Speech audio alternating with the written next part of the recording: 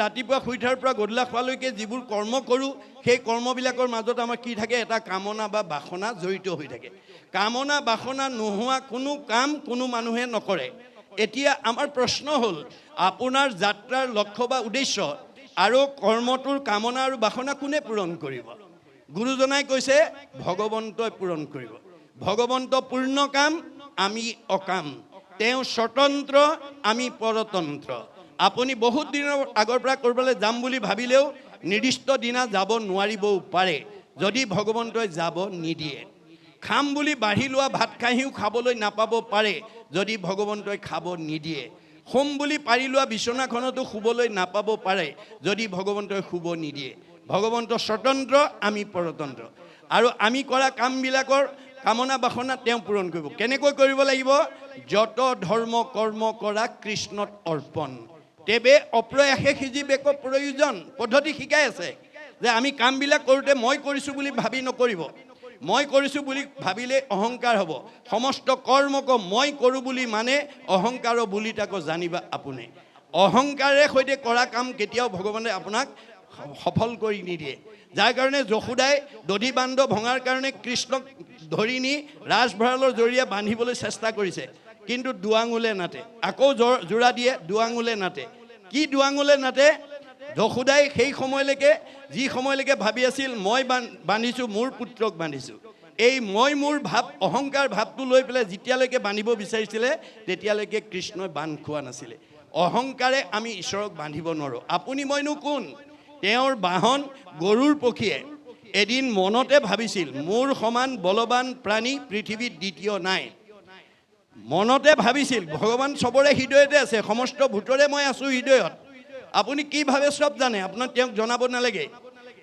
এওঁ অহংকাৰ হৈ গ'ল এই অহংকাৰে এওঁক এদিন সমাজৰ পৰা মানে অতৰাই লৈ যাব অহংকাৰী মানুহক কোনেও ভাল নাপায় আপুনি যি বিষয়তেই অহংকাৰ নকৰক কিম্বা অহংকাৰী মানুহক কেতিয়াও মানুহে ভাল নাপায় তেতিয়া ভগৱানে ভাবিলে এইটো কেৱল মাত্ৰ বেছ কৰি লৈছে মানে গৰুৰ পক্ষীক আমাক কৈ আছে যে গৰুৰ পক্ষীয়ে ভাবিছিল মোতকৈ বলৱান আৰু দ্বিতীয় প্ৰাণী নাই মোৰ পিঠিত নুঠিলে ভগৱন্ত এখোজো কেনিও যাব নোৱাৰে এই মনৰ ভাৱটো লোৱাৰ লগে লগে ভগৱানে গম পালে এওঁ অহংকাৰ হ'ল গতিকে এওঁ অহংকাৰটো যদি মই মানে মাৰি নেপেলাওঁ অৰ্থাৎ সংস্কাৰ কৰি নিদিওঁ মৰা মানে সংস্কাৰ দেই আমাৰ গকুলত কৃষ্ণই বাল্যকালৰ পৰাই কেইবাজনো অসুৰ মাৰিছে অঘাসুৰ বকাসুৰ প্ৰলম্বাসুৰ অৰিষ্টাসুৰ পুতনা ব্যমাসুৰ ধনুকাসুৰ এইবোৰ আচলতে কি কৰিছে আমাৰ জন্মগতভাৱে যিবিলাক আসুৰিক প্ৰবৃত্তি ইনবৰ্ণ মাক বাপেকে জানে ল'ৰাটো জন্মগত বেয়া দুখ কি আছে খঙাল নে অসন্তোষীয়া নে কলহপ্ৰিয় নে পঢ়া শুনাত মনোযোগ নাই নে দুষ্টালি স্বভাৱ আছে মাক বাপেকেহে জানিব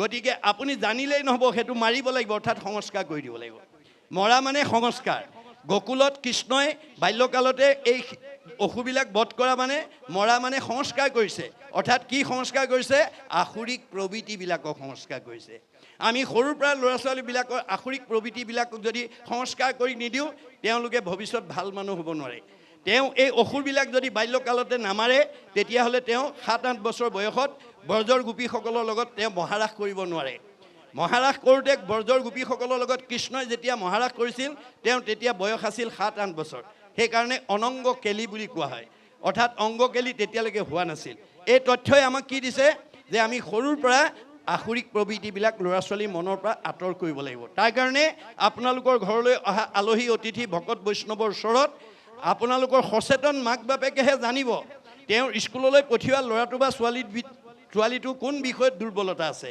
অংকত দুৰ্বলতা নে ইংৰাজীত দুৰ্বলতা নে সমাজ অধ্যয়নত দুৰ্বলতা নে বিজ্ঞানত দুৰ্বলতা নে ছবিত দুৰ্বলতা সচেতন মাক বাপেকেহে জানিব আমাৰ ভাগৱতে কৈছে তুমি ল'ৰাটো বা ছোৱালীজনী কোনোবা এটা বিষয়ত দুৰ্বলতা আছিল বুলি সিমানতে সীমাবদ্ধ কৰিলে নহ'ব তাক সবলতালৈ অনাৰ ব্যৱস্থাটো ভাগৱতৰ নীতিৰ মাজেদি কৰিব লাগিব অৰ্থাৎ আমাৰ ঘৰলৈ অহা সন্ত মহন্ত ভক্ত বৈষ্ণৱ সাধু বৈষ্ণৱৰ ওচৰত আমি ল'ৰাটো বা ছোৱালীজনী আশীৰ্বাদ ল'ব লাগিব প্ৰভুক ল'ৰাটো অংকত বৰ দুৰ্বলতা ছোৱালীজনী ইংৰাজীত বৰ কৃপা কৰি অকণমান আশীৰ্বাদ দিয়ক 10জনে যদি মূৰত হাত দি ঈশ্বৰে কৃপা কৰিব ভালকৈ সজনৰ আশীৰ্বাদে মিলে কৃষ্ণৰ প্ৰসাদ আমাৰ কলি যুগত কাৰো ঘৰলৈ বৈকুণ্ঠপতি কৃষ্ণ আহি ল'ৰা ছোৱালীকেইটা পঢ়া শুনাত ভাল হ'ব পৰীক্ষা ভাল হ'ব মানে আয়ুষ্মান ভৱ ঘৰখন মংগল হ'ব বুলি কৃষ্ণ বৈকুণ্ঠৰ প্ৰতি নাহে কোন আহিব হৰিৰ মূৰ্তিক হৰি ভক্তক দেখিবা, শক্তি অনুৰূপে তাৰ প্ৰীতি আচৰিবা। আমাৰ ভগৱন্তৰ মূৰ্তিৰূপে ভকত আহিব। কলি যুগৰ মানুহে কৃষ্ণক পাবলৈ কেনেকৈ পাব? গীতা ভাগৱতত কৈছে, কৃষ্ণক পাইবাৰ জানা ভকতিষে পন্থ, ইহাক কহে গীতা ভাগৱত গ্ৰন্থ। গীতা ভাগৱতে কৈছে যে কলি যুগৰ মানুহে কৃষ্ণক পাবলৈ হ'লে ভকতিৰ মাধ্যমেদি পাব। আৰু সেই ভকতিটো কৰিব লাগিব, ভকতত ভকতি দানে কৰু গুৰু দায়া তনয় অধিক। আমি জন্ম দিয়া ল'ৰা ছোৱালীকেইটাতকৈও আমি ভকত বৈষ্ণৱৰ প্ৰতি শ্ৰদ্ধা ভক্তি মৰম চেনেহটো বেছি হ'ব লাগিব। ভকতে যদি আশীৰ্বাদ দিয়ে ভগৱানে কৃপা কৰিব। এয়া হৈছে এই শেষ দশমৰ মানে দৰ্শন। ভগৱানে কৈছে সজনৰ আশীৰ্বাদে মিলে কৃষ্ণৰ প্ৰসাদ। গতিকে এই আদৰ্শৰে আমি উঠি অহা প্ৰজন্মক আমি আগুৱাই নিব লাগিব। আমাৰ নিয়ম সকলো ভাগৱতত দি থৈছে। পাৰিবাৰিক জীৱন, দাম্পত্য জীৱন, যুগ্ম জীৱন, সাংসাৰিক জীৱন, সামাজিক জীৱনত আমি কেনেধৰণে গৈ থাকিলে আমাৰ কোনো বিকাৰে চুব নোৱাৰে, আমি সদায় আগবাঢ়ি গৈ থাকিব পাৰিম, সেই নিয়ম মাত্ৰ আমাক কৈ আছে। এতিয়া সেইকাৰণে কৈছে যে কৃষ্ণত ভকতি বিপ্ৰে ভৈল পূৰ্ণ কাম, সমস্ত সুখৰে মন ভৈল উপশাম। আপোনাৰ যেতিয়া মন মানে ভাৱনাবিলাক, মনৰ কামনাবিলাক পূৰণ হ'ব, তেতিয়াহে আপুনি খোলা হাঁহি মাৰিব পাৰিব। আপোনাৰ মনৰ কামনা পূৰণ নোহোৱা কোনোবা মানুহে খোলা হাঁহি মৰা দেখিছে নেকি? মাৰিলেও সেইটো কৃত্ৰিম হ'ব, মানে সেইটো প্ৰকৃত হাঁহি নহ'ব। গতিকে প্ৰকৃত খোলা হাঁহি মাৰিবলৈ হ'লে আপোনাৰ মনৰ কামনাবিলাক পূৰণ হ'ব লাগিব। আৰু মনৰ কামনাবিলাক পূৰণ হ'বলৈ হ'লে আপুনি কৰ্মবিলাক ঈশ্বৰত অৰ্পণ কৰিব লাগিব। গতিকে যেতিয়া আপোনাৰ মনৰ কামনা পূৰণ হ'ব, তেতিয়া আপুনি খোলা হাঁহি মাৰিব পাৰিব। খোলা হাঁহি মাৰিব পৰা মানুহৰ চেহেৰা ভাল হ'ব, কমনীয়তা বাঢ়িব, পৰমায়ুস বাঢ়িব। আমাৰ বাইবেলত চলোমনে কৈছে, মেৰী হাৰ্ট ডুৱেট good like a medicine, A broken heart dry the bone. যাৰ হৃদয়ত আনন্দ থাকিব মেডিচিনৰ দৰে কাম কৰিব, চেহেৰা ধুনীয়া কৰিব, কমনীয়তা বাঢ়িব, পৰমায়ুস বাঢ়িব। আৰু যাৰ হৃদয়ত দুখ বেদনাই ভৰি থাকিব সি আৰু ঘিউ মৌ খাওক, হাড়লৈকে শুকাই যাব। আহাৰে চেহেৰা ভাল কৰিব নোৱাৰে যদি মনটো আনন্দত ৰাখিব নোৱাৰে। মন আনন্দ নাথাকিলে আপোনাৰ ঘিউ মৌ খালে আপোনাৰ চেহেৰা ভাল নহয়। সেইকাৰণে মনটো ভালত ৰাখিবলৈ হ'লে আমি ভগৱন্তৰ গুণ নাম গাব লাগিব, ক'ব লাগিব, শুনিব লাগিব। মূৰ শুনিৰ মল কথা কহন্ত শুনন্ত, মুত বিনে চিত্ত আন দেৱত নেদন্ত, পৰম আনন্দ আকি মনত মিলে। আপুনি আনন্দ বিচাৰিব নালাগে, আনন্দ আপোনাৰ ঘৰলৈ আহিব। আপুনি দুখ বিচাৰিব নালাগে, দুখ আপোনাৰ ঘৰলৈ আহিব। আপুনি যদি ৰাতিপুৱা শুই উঠাৰ পৰা গধূলা খোৱালৈকে ঘৰলৈ অহা আলহী অতিথি, ভকত বৈষ্ণৱ, বন্ধু বান্ধৱ লগ পালে পৰ চৰ্চা, পৰ নিন্দা, পৰ সমালোচনা কৰে, যিবোৰ সমালোচনাই আনৰ অন্তৰত আঘাত দিয়ে, আপোনাৰ আলোচনাই যদি আনৰ অন্তৰত আঘাত দিয়ে, আপোনাৰ কি হ'ব? ভগৱানে কৈছে পাপায় পৰপীড়নম। কাক আঘাত দিছে? চবতে ময়ে আছোঁ, মোকে আঘাত দিব, মোকে দুখ দিব, মোকে অন্যায় কৰিব, আকৌ মই তেওঁক ভালে ৰাখিব নহ'ব। ভাগৱত শুনি আমি সেই বেয়া স্বভাৱ এৰিব লাগিব। সেইকাৰণে দাৰ্শনিক পণ্ডিতে কৈছে bed is bed and good is good, do bed never never and do good ever ever. বেয়াটো সদায় বেয়া, তাক ত্যাগ কৰিব, ভালটো সদায় ভাল, তাক আঁকোৱালি ল'ব। এয়াই হৈছে ভাগৱতৰ দৰ্শন। গতিকে এই শিক্ষা আমাক দিছে। তাৰপিছত কৈছে ভৈলন্ত সৰ্বজ্ঞ জানিলন্ত কৃষ্ণ সাৰ, ভৈলা অলম্পট তেজী ভক্তি ব্যৱহাৰ। মানে এই শ্ৰুতদেৱ জীৱনৰ বৈশিষ্ট্য কি? তেওঁ পৃথিৱীত কৃষ্ণই সাৰ, বাকীবিলাক অসাৰ। এই জ্ঞানটো হ'লে আৰু আমি বেছি শাস্ত্ৰ পঢ়িব নালাগে।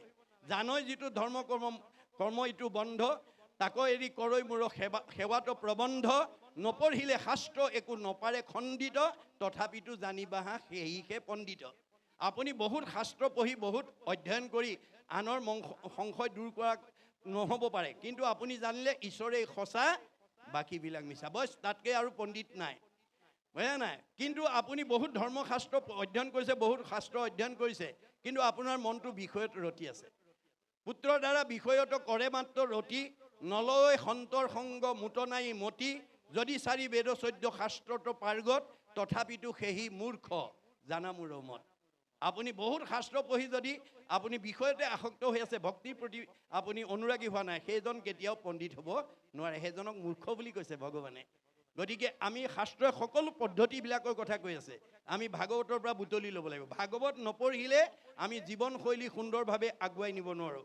ভাগৱতত সকলো নিয়ম বান্ধি থোৱা আছে। আমাৰ 8 প্ৰকাৰ নিয়মৰ কথা মই কৈছোঁ। প্ৰথম নিয়মটো হ'ল কায়ৰ সদাচাৰ, 2 নম্বৰটো বাক্যৰ সদাচাৰ। আমাৰ আজি কথা ক'ব নজনাৰ কাৰণে আপোনালোকৰ এই 13খন গাঁৱৰ বহুত পৰিয়ালৰ কাৰোবাৰ স্বামী স্ত্ৰীৰ মাজত মনোমালিন্য, কাৰোবাৰ শাহু বোৱাৰীৰ মাজত মনোমালিন্য, কাৰোবাৰ দেউৰেক নবৌকৰ মাতবোল নাই, কাৰোবাৰ সীমা ঘৰীয়াৰ মাজত মাতবোল নাই, কাৰোবাৰ ককাই ভাইৰ মাজত মাতবোল নাই। গণ্ডগোল ক'ত লাগিলে? কথা ক'ব নাজানে। কথা ক'ব নাজানিলে আপুনি কেতিয়াও পাৰিবাৰিক জীৱন, দাম্পত্য জীৱন, যুগ্ম জীৱন, সাংসাৰিক জীৱন, সামাজিক জীৱনত আপুনি মিলা প্ৰীতিয়ে থাকিব নোৱাৰিব। গতিকে আমি কথা কেনেকৈ ক'ব লাগে, আমাৰ ভাগৱতে নিয়ম বান্ধি দিছে। কেনেকুৱা হ'ব লাগিব? সত্য, প্ৰিয়, হিত। আমি সদায় সঁচা কথা ক'বলৈ যত্ন কৰিব লাগিব। সঁচা কথা কোৱা মানুহে কালৈ ভয় নকৰে, সাহসেৰে কথা কয়, মূৰ তুলি কথা কয়। আৰু মিছা কথা কোৱা মানুহে সদায় তললৈ মূৰ কৰি থাকে, ধৰা পৰাৰ ভয় কৰে। আপোনাৰ পৰিয়ালত সঁচা কথা কোৱাজনলৈ বাকীবিলাকে সমীহ কৰে। সমাজত সঁচা কথা কোৱাজনলৈ মিছা কথা কোৱাবিলাকে সদায় সমীহ কৰে। আমি সঁচা কথা ক'ব লাগিব, কিন্তু কওঁতে কেনেকৈ ক'ব লাগিব? প্ৰিয়। মনত ৰাখিব, সঁচা, সত্য, প্ৰিয়। সঁচা কথা হ'ল, কিন্তু মানুহে শুনিবলৈ ভাল পোৱাকৈ ক'ব, অহংকাৰে নহয়। আৰু হিত, আপোনাৰ কথাটোৱে আনক উপকাৰ কৰিব লাগিব, অপকাৰ কৰিব নালাগিব। কাৰণ শব্দ ব্ৰহ্ম, ৱৰ্ড ইজ গড। শব্দ অবিনাশী, যি উদ্দেশ্যে এৰিব সি প্ৰতিক্ৰিয়া কৰিবই। ধেমালিটো ল'ৰা ছোৱালী সাও সপনি নিদিব। ধেমালিটো ল'ৰা ছোৱালীটো বদমাছ, দুষ্ট, পঢ়িব নকৰে ইত্যাদি বেয়া শব্দ প্ৰয়োগ নকৰিব। শব্দ ব্ৰহ্ম, এয়া হৈছে আমাৰ দাৰ্শনিক পণ্ডিত, শিক্ষাবিদ পণ্ডিত, মনস্তাত্ত্বিক পণ্ডিত, গুৰুজনাৰ দৰ্শন। আমি ধেমালিতেও হ'লেও ল'ৰা ছোৱালীক বেয়া শব্দ প্ৰয়োগ কৰিব নালাগে। আজি বহুত মানুহে ধেমালিতে সাও সপনি দিয়ে, ধেমালিতে ই বৰ বদমাছ, ই বৰ দুষ্ট, ই বৰ ইত্যাদি ইত্যাদি বেয়া শব্দ প্ৰয়োগ কৰে। সেইবোৰ নকৰিব আপোনালোকে। শব্দ ব্ৰহ্ম, শব্দই প্ৰতিক্ৰিয়া কৰিবই। মনত ৰাখিব কথাটো। যাৰ কাৰণে চাণ্ডালিনীয়ে এদিন গংগাৰ পাৰে পাৰে আহি আছিল। বাট আহি থাকোঁতে গংগাৰ পাৰতে সুশীল ব্ৰাহ্মণে পূজা কৰি আছিল। চাণ্ডালিনী আহি পেলাই দেখি পেলাই সুধিলে, বোপা সুশীল, তুমি কাৰ পূজা কৰিছা? আই চাণ্ডালিনী, মই বিষ্ণুতকৈ শ্ৰেষ্ঠ দেৱতা পূজা কৰিছোঁ। বিষ্ণুতকৈ শ্ৰেষ্ঠ দেৱতা? বিষ্ণুত কৈছে। সেইজন কোন? ইন্দ্ৰ। উদ্ধবাহু হৈ ক'লে। লগে লগে চাণ্ডালিনীয়ে শব্দটো শুনাৰ লগে লগে কাণত ঠিলা দি, দুইখন কাণত ঠিলা দি দৌৰ মাৰি 108 বাৰ গংগাত বুৰ মাৰি বাঁহীটো শুদ্ধ কৰিলে। অৰ্থাৎ আমি এতিয়া ইমান সময় যি কৃষ্ণ কথা শুনি আছোঁ, আমাৰ গাৰ নোমে নোমে সোমাই গৈ আছে, ৰন্ধে ৰন্ধে সোমাই যাব। গতিকে 108 বাৰ বুৰ মাৰি বাঁহীটো শুদ্ধ কৰিলে, কিন্তু শব্দটো কাণেদি সোমাই গ'ল। তাৰ প্ৰতিক্ৰিয়াৰ পৰা বাচিবৰ কাৰণে পাৰতে বহি কৃষ্ণ নাম জপ কৰি আছে। ইফালৰ পৰা নাৰদ আহি গ'ল। নাৰদে আহি ক'লে, আই চাণ্ডালিনী, তুমি তিতা বস্তুৱে কি কৈছা? বোপা কি ক'বা, মোৰ আজি দুৰ্ঘটনা। কি হ'ল? মই গংগাৰ পাৰে পাৰে আহি আছিলোঁ, সুশীল ব্ৰাহ্মণে পূজা কৰি আছিল। কাৰ পূজা বুলি সুধিলোঁ, বিষ্ণুতকৈ শ্ৰেষ্ঠ দেৱতা পূজা বুলি ক'লে। সেইজন কোন বুলি কোৱাত ইন্দ্ৰ বুলি ক'লে। কোৱাৰ লগে লগে মই কাণত ঠিলা দি 108 বাৰ গংগাত বুৰ মাৰি বাঁহীটো শুদ্ধ কৰিলোঁ, কিন্তু শব্দটো কাণেদি সোমাই গ'ল। তাৰ প্ৰতিক্ৰিয়াৰ পৰা নিজক বচাবৰ কাৰণে মই কৃষ্ণ নাম জপ কৰি আছোঁ। নাৰদে ক'লে, কি কোৱা চাণ্ডালিনী? যাক চুলে গা ধুব লাগে, যাৰ ছাঁটো গচকিলে অপবিত্ৰ হয়, যাৰ লগত সংলাপ কৰিলে অপবিত্ৰ হয়, তোমাক অপবিত্ৰ কৰিছে। এই কথাতে মই আশ্চৰ্য প্ৰকাশ কৰিছোঁ। এতিয়া চাণ্ডালিনে বোলে, নাৰদ, তুমি ঠিকেই কৈছা, কিন্তু মোৰ প্ৰাৰব্ধ কালত ভগৱানৰ ওচৰত মোৰ এটা নিবেদন আছিল, আৰু সেইটোত ভগৱানে অনুমোদন জনাই থৈছিল। মোৰ নিবেদনটো কি আছিল? প্ৰভু, কৰ্মফলে জীৱা জন্ম হৌক সংসাৰত, তভু নচাৰোক চিত্ত তোৱা চৰণত। মোক কৰ্মফলে তুমি য'তেই জন্ম নিদিয়া, তাত মোৰ ক'ব লগা নাই, কিন্তু তাতেই থাকি যাতে মই তোমাৰ চিন্তা কৰিব পাৰোঁ, এই কৃপা মোক কৰিব লাগিব। তুমি কোৱাৰ দৰে মই ফলত চাণ্ডালিনীৰ গৰ্ভত জন্মগ্ৰহণ কৰিলোঁ সঁচা, কিন্তু কৃষ্ণ কি পৰম দেৱ সংসাৰতে সাৰ, পাতকীও তৰে মাত্ৰ নাম লৈলে যাৰ, সেই কৃষ্ণ এৰি যিটো আন দেৱ পূজে, পশুটো অধম সিটো একোৱেই নুবুজে, হেন পাখণ্ডত মই কৰিলোঁ আলাপ, এতেকে সিজিল মোৰ অমোচন পাপ। মনত ৰাখিব, বেয়া মানুহৰ লগত কথা পাতিলে আপুনি তাৰ শ্বেয়াৰ হোল্ডাৰ হৈ যাব। আপোনালোকৰ ঘৰলৈ 4 প্ৰকাৰ মানুহ আহে, বন্ধু বান্ধৱ হওক, আলহী অতিথি হওক, ওচৰ চুবুৰীয়া হওক।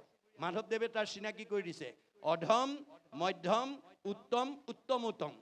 অধমে কেৱল দুখ, মধ্যমে দুখ গুণ কৰে বিচাৰ, উত্তমে কেৱল গুণ, উত্তমে অল্প গুণ কৰে বিস্তাৰ। এই গুণ বিশিষ্ট আপোনালোকে চিনি নাপালে আপুনি তাৰ অংশীদাৰ হৈ যাব লাগিব।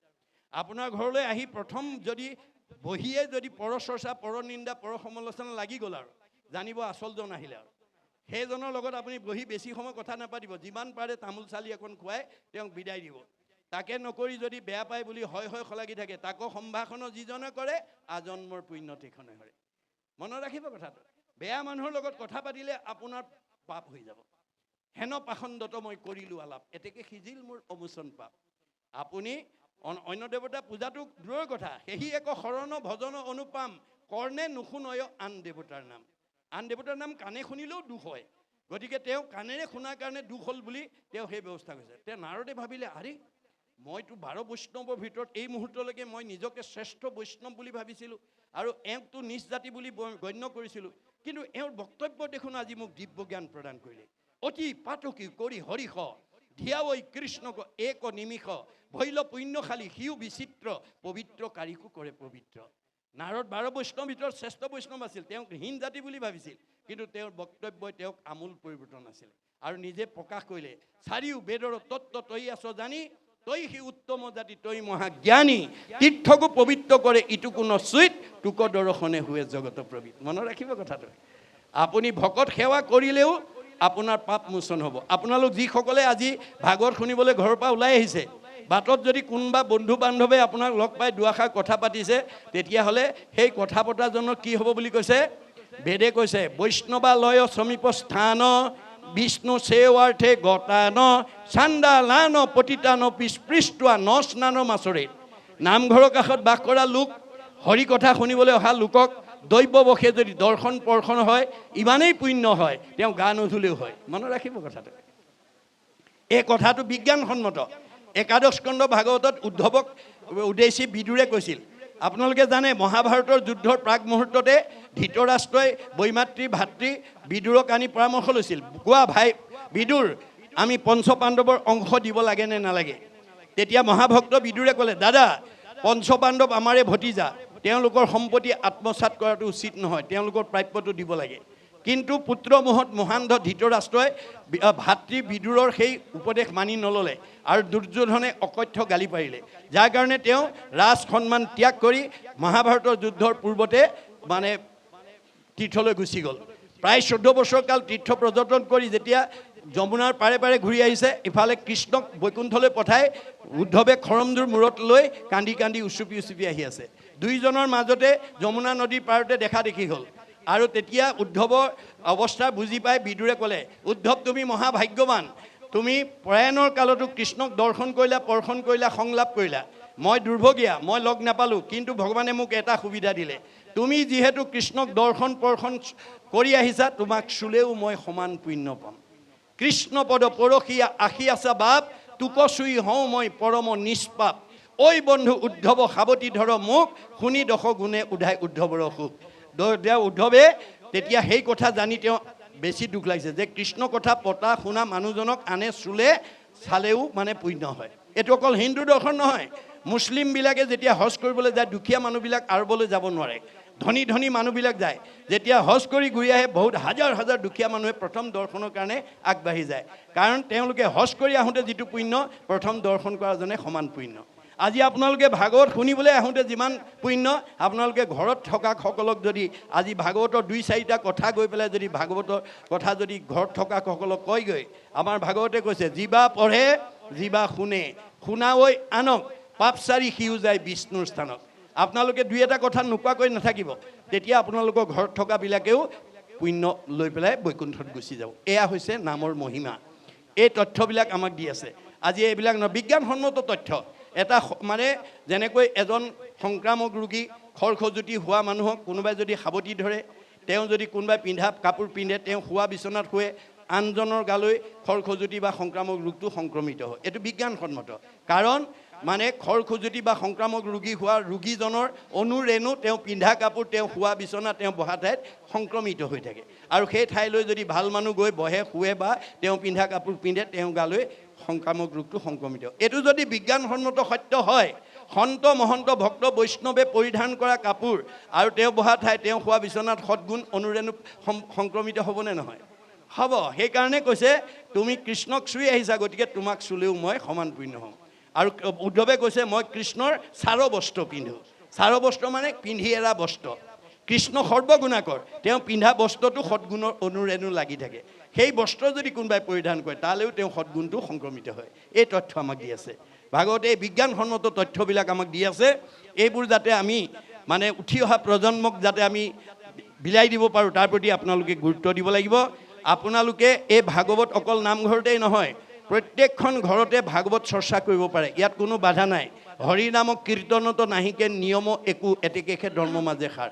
ভাগৱত ডেকা ল'ৰা গাভৰু ছোৱালী বোৱাৰী মহিলা পুৰুষ দাড়ি থকা দাড়ি নথকা শৰণীয়া অশৰণীয়া চবেই পঢ়িব পাৰে ভাগৱত পঢ়াত বাধা নাই আজি মাষ্টাৰ ডিগ্ৰী অসমীয়াত লোৱা ছাত্ৰ ছাত্ৰীয়ে ইউনিভাৰ্চিটিত টেবুলতে দশম কীৰ্তন ঘোষা ৰত্নাৱলী গীতা ভাগৱত লৈ অধ্যয়ন কৰি মাষ্টাৰ ডিগ্ৰী লৈ আহিছে অধ্যয়নত বাধা নাই নিয়ম কেৱল আনুষ্ঠানিকতাত থাকিব গতিকে আপোনালোকে সকলো যুৱক যুৱতীসকলক এই পঢ়িবলৈ আপোনালোকে সুবিধা দিব ইয়াত বাধা নিদিব বাধা দিলে আপুনি ঈশ্বৰৰ ওচৰত অপৰাধী হৈ যাব কাৰণ ভগৱন্তই তেওঁৰ কথা শুনা কোৱা গোৱাত কাৰো বাধা নিয়ম বান্ধি দিয়া নাই গতিকে এই নীতি নিয়মৰ মাজেদি যদি আমি সমাজখনক আগুৱাই নিওঁ আপোনালোকে আজিকালি আমাৰ মানে পশ্চিমীয়া নীতি আদৰ্শৰে জন্মত মানে দিন পতাতকৈ আমাৰ গুৰুজনাৰ নীতিৰে পাতিব আমাৰ পশ্চিমীয়া নীতিত বেলুন ফুলাই আপোনাৰ কেক বনাই নামটো তাৰ ওপৰত লিখি কটাৰীয়ে কাটি আকৌ তেওঁকে খাবলৈ দিয়া এই অপসংস্কৃতিবিলাক আমি লাহে লাহে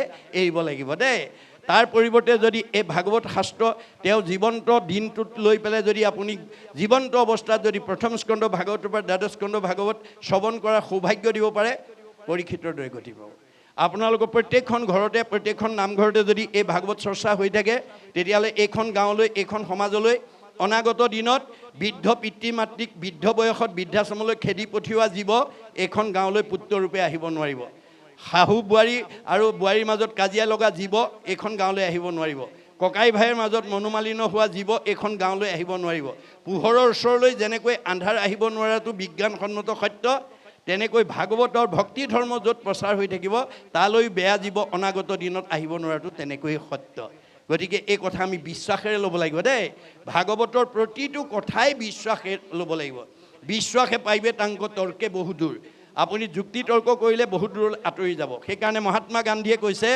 religious beliefs are based on faith ধৰ্ম দৰ্শন বিশ্বাসৰ ওপৰত নিৰ্ভৰ কৰে religion is not really what is grasped by brain but by heart ধৰ্ম দৰ্শন মগজে ঢুকি পোৱা বস্তু নহয় ই অন্তৰৰ উপলব্ধিৰ বস্তু গতিকে উপলব্ধিয়ে সংস্কাৰ কৰে যাৰ উপলব্ধি নাই তাৰ কোনো সংস্কাৰ নাই